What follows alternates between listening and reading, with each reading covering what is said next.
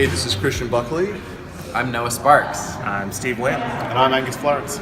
and you're in the loop, and we're sitting here talking about kind of the latest and greatest what's going on with Yammer. And I know we're going to do this for this first episode, kind of catch up.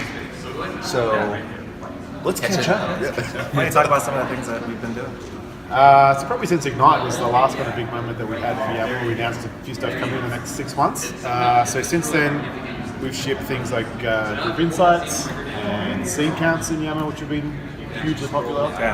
Lots of people love that, to be able to understand kind of the breadth of the Yammer conversations that are happening, or understanding how many people are seeing messages and participating in messages. I love what you said.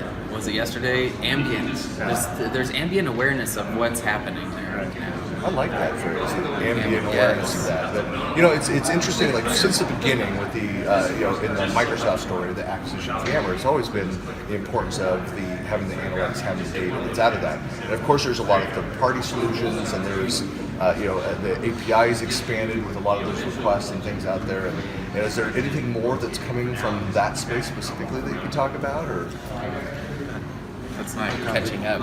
I know, but looking forward. I'm expanding on that topic. It's like it's a valid question. Yeah. Well, we're kind of in the next phase of the research. We did a lot of research to understand what, specifically for group insights, to understand what community managers needed to better understand what's happening in their groups. We're kind of in that next phase of doing some research to figure out what's next from an analytics perspective.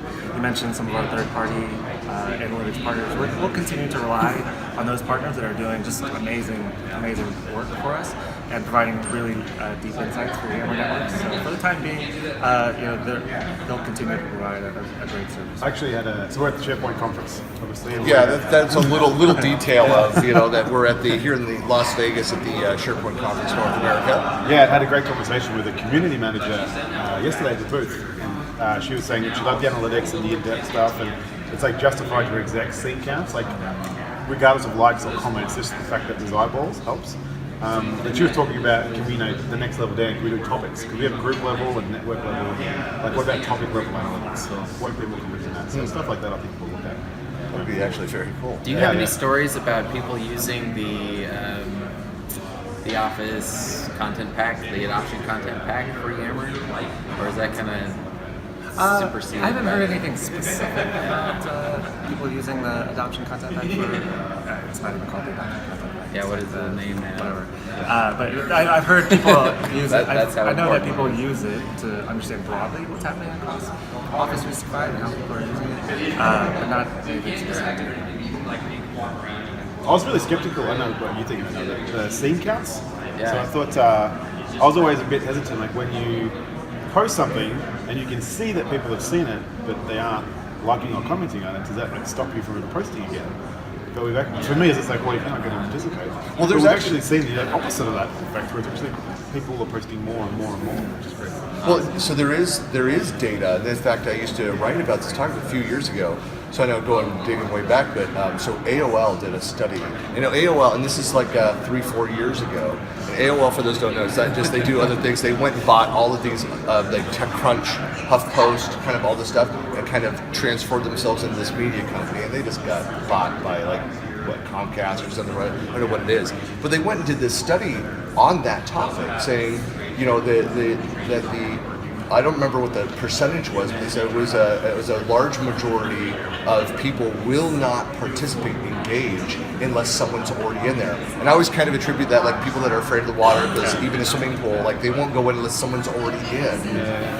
But when there's a single person, and cue the video of the dancing guy, on the hill, Crazy like that. But when somebody is already in there commenting, liking, doing something, then others are more willing to go in there and participate within that. Which is, I always interpreted that as, again, the power of the need of community management and that participation to, I have a less pleasant term for it. I call it chumming the water, for people to come in. Fishing in them.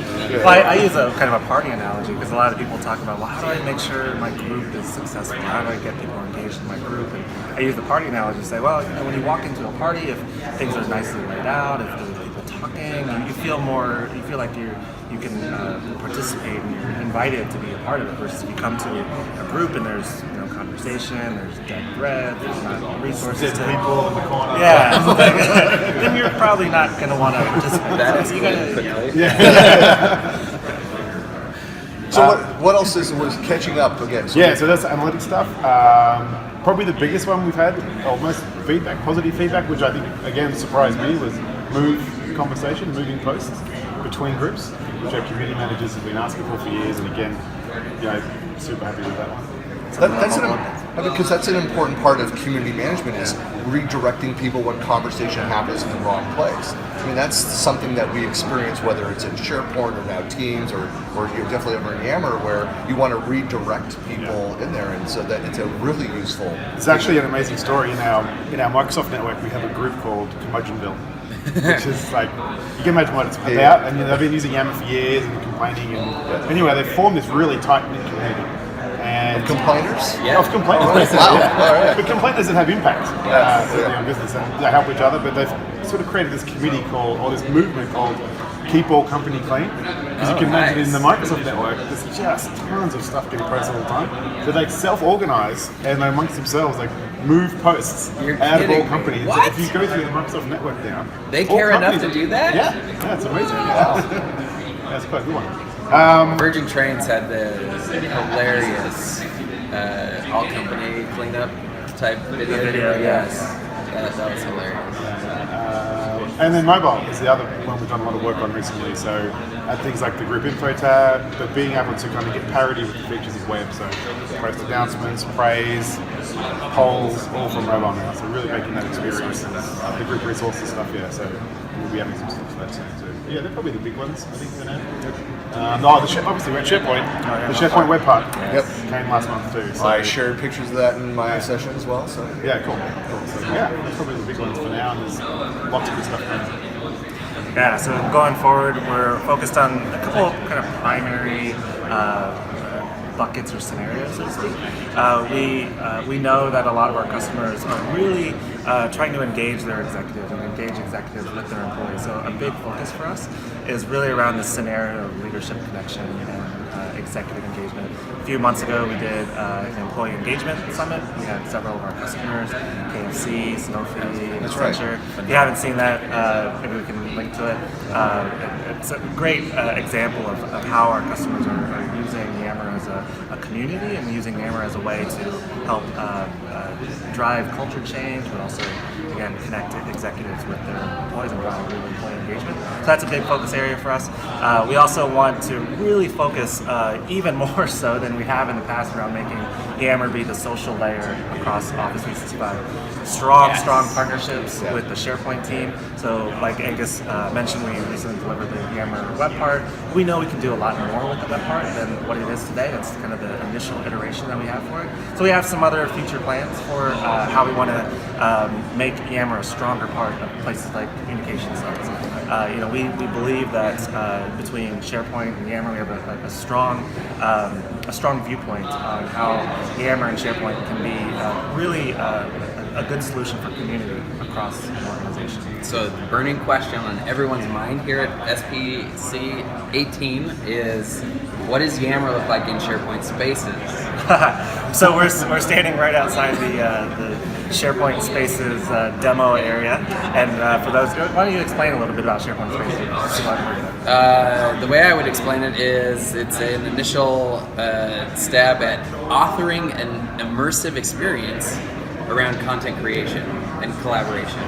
So you can pop in a 360 video. I should say it's a mixed mixed reality reality environment of that. So it's so it's at the beginning of it. I think that an important tenet of the SharePoint Spaces though is that it needs to be as easy as creating a PowerPoint or a Word doc, so anyone can go and do it. You don't need to have all your VR headset. There will be 2D experiences for these things as well, but it's another way that you can engage with your digital assets, your content, your organizational model, videos, other people within these environments. And so it's interesting to see where that goes and how that develops. but the fact that it's not something that you have to have an engineering degree to go and build the things around that, and making it very user friendly. I mean, that's a very different way of approaching that. I think learning and development, like that, like getting up to speed in your job and learning stuff, processes, that sort of stuff is huge. That you can apply very quickly without a lot of effort. That's one of the scenarios early on with Yammer that we tackled, right? Was onboarding. So. I also think in the demo that they did on Monday, man, time is weird here. So Monday they did that. But in the demo they did, they talked about like viewing an org chart. I think there's opportunity to go beyond that, to see the graph, right? See, like, walk into That's where my mind went. walk into the network and see the connections that are. So happening. here's the- We're in the dreaming phase. We're in the The dreaming phase. difficulty that I have with all of that, being able to go and see and the data, is that now you're going to have to suspend people, you know, in air to be able to do that. I'm thinking Tom Cruise, Mission Impossible style. Minority Report, you know, like moving files. Like you've got to be apparently to do that the kind of thing you have to be suspended in air. I So you don't touch it. I was doing this demo yesterday and walked straight into the desk. So. Well, that was really funny when the demo on stage though. It was like it was Adam. It's like, someone please tell me if I'm going to walk into a giant hashtag. You know, at the back of the stage was the giant SPC18 hashtag. Yeah, so that's always the danger. It's funny watching kind of the VR fails videos on YouTube of people like slamming into their equipment and breaking windows and things. So, But still, I think that's the opportunity that we're yet to see. Right. Is that how can we take the VR environment to extend it past the 2D capabilities that we still kind of see in the AR, VR, mixed reality worlds, to really make it useful to operate in that 3D versus just seeing things in 2D. Well, there's the other announcements that came out of Build. So there's two now augmented reality VR solutions that were announced, and so one of them has that. I can't remember the name of that product. Has the spatial awareness thing, and they actually showed an example of remote assist. Well, there's the remote assist is the other one, and that actually fits right in with the SharePoint Spaces, because you could then have videos talking about like a new employee orientation of somebody that's in another location, but you could have a video walkthrough introducing the team or in the spaces, and then right there be able to see, hey, here's my manager, hey, I see messages from the manager, and here's content that I need to read from this person. And you can, I mean, just a lot of interesting things you can do from that experience, but give remote people that full, you know, it's like, I'm there. Right. Yeah, remote assist is very cool. If you've not seen that stuff, go take a look at the announcements that came out of Build. I really love the idea of traversing your social graph or the network, right? Think of an executive saying, where's my bottlenecks in communication and collaboration? And they put that on and they look at, oh, here's the clustering of HR, and they're kind of off on their own. Let's do some work to bring them into the center. Kind of color coded. Noah's photo turns red, like in the org chart. It's like, there's our block.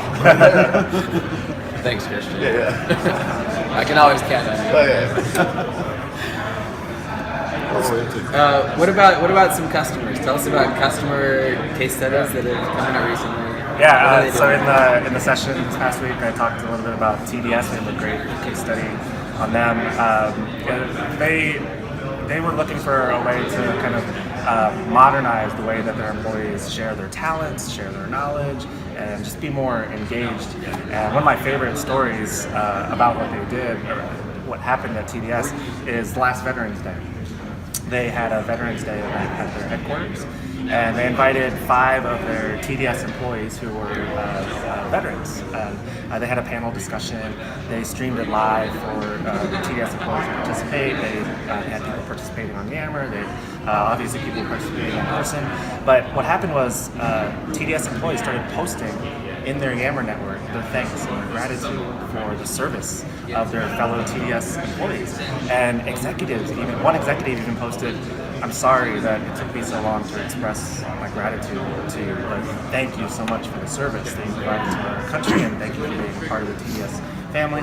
And then one of the panelists, one of the veterans that was on the panel, came back and posted on Yammer later on. He said, I'm having trouble articulating the gratitude that I have for TDS and the Patriot Resource Group, the Yammer group that they were using on Yammer, for the support that you provided us veterans. For the first time since I left the Army, I actually feel appreciated for my service. Now, when you talk about deep and human connections, and you think about, obviously we want, we want people to be engaged. We want people to make connections. And now, just imagine how connected this person now feels to this organization as a result of an event and people coming together. We invest so much time in our organizations that we work for, right? And why not unlock that potential to get truly engaged and committed to the compelling cause of the organization through employee resource groups, right? That's essentially what the Patriot thing was. And there is research out there as well that shows that when you have those kinds of mechanisms for employees to recognize each other, and then you give them those tools, that again, it builds on itself, but it also has a direct impact to people's level of engagement with the technology. It's not all about, hey, let's get more people in technology, but we're all technologists, so to some degree it is about getting people to use this stuff.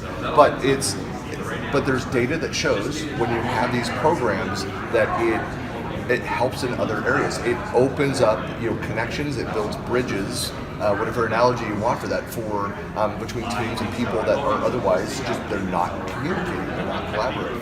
And those connections are the core of it. And that's always the hardest thing to explain, because you can't put a value on that. Like, there's no ROI on those connections initially, and you don't know what the value that will bring later. It's about creating those conditions, I guess. Correct, because when people are not collaborating, they're not creating innovation, they're not creating work, they're not doing things.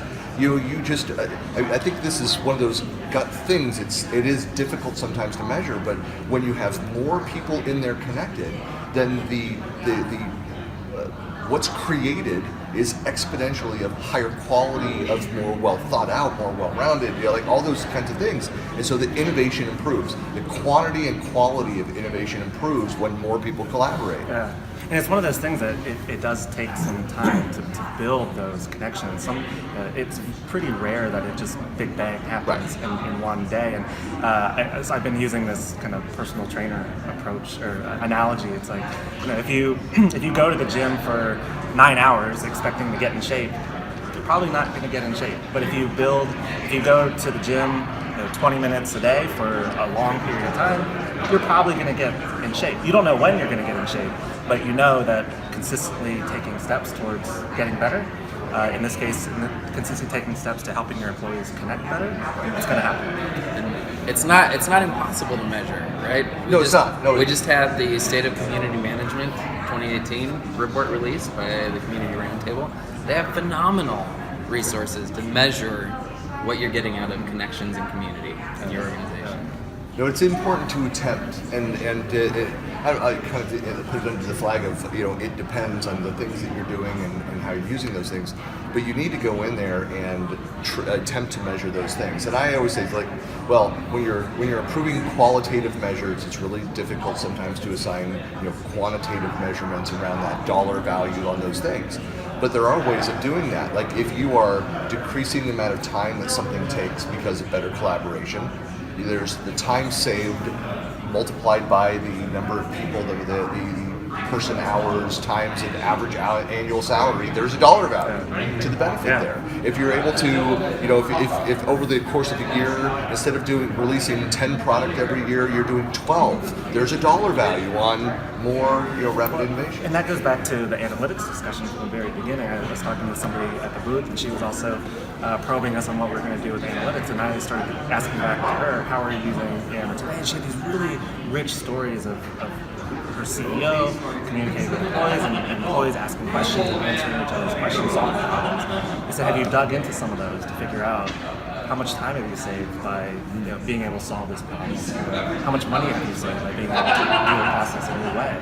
It's, in some ways, we're trying to get people to think about not creating new metrics to measure things, but use existing business metrics that you're already seeing. Measure the business impact. The impact that something like Yammer has on those existing metrics. Right. Well, and that's like the secret to successful pilots. You don't go and build a pilot of any technology, of any we're going to try and improve this process, and Yammer might be all of the technology or part of the overall solution. Based on nothing, you go off of here's the known metrics, here's how we're tracking success today, and use that as your baseline and go build on that. So always build off of what you know. You participated in a customer event recently. There was some good anecdotes. Yeah, we had some. So I'm based in Melbourne now. We had a the employee engagement summit that we had in March, we did an in-person one in Melbourne, and we had the That's not fair. You know, we're willing to travel Yeah. to help with those I things. had like about 6 people. It's like, how do we do an event in Australia where we can come down and meet customers? So we had Simon Terry speak there, but we also had the head of HR and marketing from a company called Amart Furniture, which is a retailer in Australia, and they sort of started the Yammer journey maybe about a year ago from scratch. But they're obviously retail. They only have about 200 people in head office and about 2,000 people out in the field, and they tried a few different programs over the years to try and get this engagement going. And it was really about driving employee engagement, getting the message from the execs down to the bottom. And their executive, again, culture and personality has a lot to do with this, but their executive leadership team just went straight in and like set the tone of what was expected, what's available, and some of the stuff that's come out of there is incredible. They have stories of, I think what I like the most about the leadership stuff is the leadership team under the CEO. It's a little bit skeptical. It's like, this could go either way. People are going to ask us questions. We have to respond to those questions. And they have this term now where they've been yammered, which is when the CEO, I think Steve is his name, will like trawl through and find a problem. He'll mention the general manager who's in charge of that department, like, fix this. It's like, we've been yammered. And then they go and start to do that stuff. But there's great examples where, they rolled out a new employee uniform. And these guys they did it from the head office, like, red t-shirts and slacks, and they started getting feedback, like, guys, we're moving furniture all day, like, they're a bit tight, it gets hot and sweaty, like, it's not comfortable, and this people manager guy's like, half of him is like, you're just creating more work for me, it's a pain in the ass, but the other part is like, actually this is really good feedback, and now it's actionable stuff that we can go and fix, and like, we're listening and we're acting on employees' requests, and that sort of stuff. And they actually saw a pretty dramatic increase in employee morale. They do the yearly pulses, and during the year that they rolled out Yammer, they shut down stores, they had reorgs. They're anticipating one of the worst dips in engagement, and they went through it, and it's actually the highest spike they've had. And the comments, they had something like over 1,000 comments of like, Yammer has like increased the way that I'm engaged with this. Like, we love it how you guys are listening to us and you're engaged with us. That type of stuff is like really cool. You gave them a voice, right? That's amazing. And that's all it is. Amazing what Yeah, it's happened. super simple. And I love the quote that kind of shows how what the culture is, the one about the inappropriate posts. Yeah, so again, they were quite cautious at the beginning, giving, they've got teenagers through to 7-year-old people on the floor with their phones. Right. And now that's a year in, like the CEO who stood up in front of this crowd last week and said, I actually can't wait for that first time that someone posts something bad or inappropriate, because he's 100% confident that the community is going to take care of it.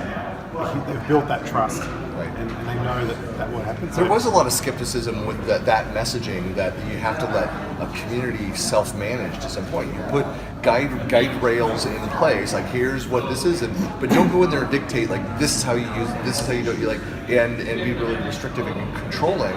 Let people go and collaborate, and it will those kinds of issues, which will crop up once in a while. The community then steps in, especially now you can move conversation. You guys should see this guy's SharePoint spaces. Sorry.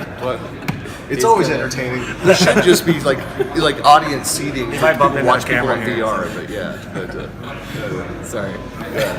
No, but that's again, it's another like a proof point of about around community management and about this what's the phrase, like not self-driving community but self-managing community. And I think, again, like, I see it time and time again, I'm sure you all do too, like, having leadership, like, set the tone and show and just be real. And we've got a session later this afternoon, we're talking about authentic leaders and leaders that have empathy and just themselves. And it goes back, you can see that in those community groups we talked about earlier, where they join the Pets group or the Harley Davidson group and they show their human self, and just allowing them to be humanized and interact with people just brings so many people on board.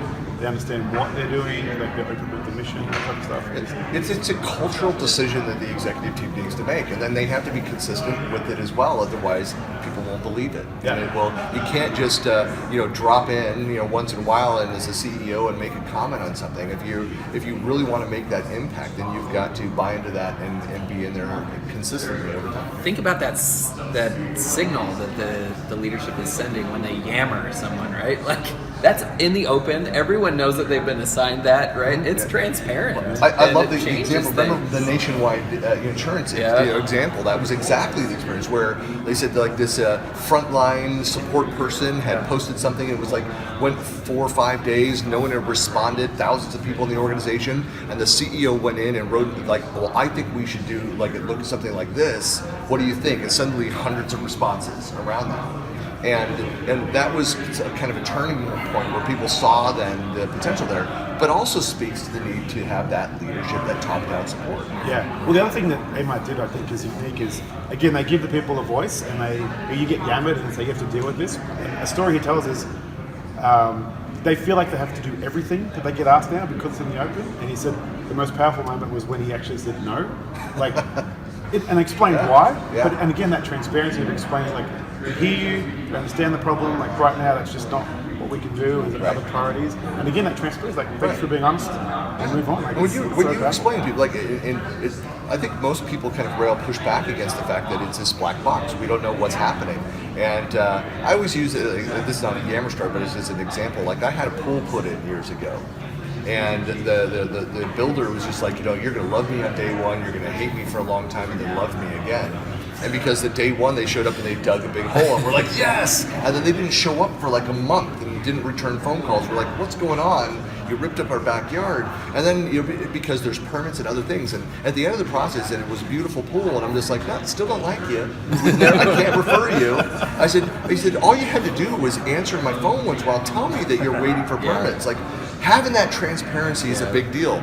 Telling people, explaining, we can't do this because we have this dependency, or this is going on, or we can't do it this risk or this legal issue, or hey, our budget, we don't have the personnel. Being upfront, having those conversations, we're adults, we understand those, and so just be transparent about it. So we're going to plan an event at Christian's Pool. Go to Melbourne for another event. I believe that house where I built that pool is still for sale, so where we can go. And we you're can all do that. you're all welcome to my home to do virtual reality. Yeah. Scale, full on. I think an interesting point we've been talking about, I know this is going to be more and more focused about features and products, but the stories that we talked about, like you even mentioned Nationwide, which is probably one of the original stories from like 2008 or 9. Like the core value of what Yammer and just social working out loud hasn't changed. We'll keep throwing features and improving to make those connections better, but like that core value hasn't changed over the years. And it's talking to people at the booth this week, they're asking like, when's the best time to turn Yammer on? Like, we're waiting for these things to happen. And they're like 10 years ago. It's like that's probably when you should turn that on. Well, very cool. Well, so this series will be ongoing. Is we're going to be meeting with the product team on a regular basis. So Noah and I will be interviewing. So of course we'll have Stephen Angus as part of that, but other members of the team, people that own specific features, and we'll grill them. Maybe some of the research. And We'll bring the research team in, we'll bring product managers in, we'll talk about some of the features that they're building. As new partner and customer evidence comes in, we'll talk about those pieces as well. So, hopefully this is interesting and of value to you, but hopefully we'll see you on the next In the Loop. So thanks a lot.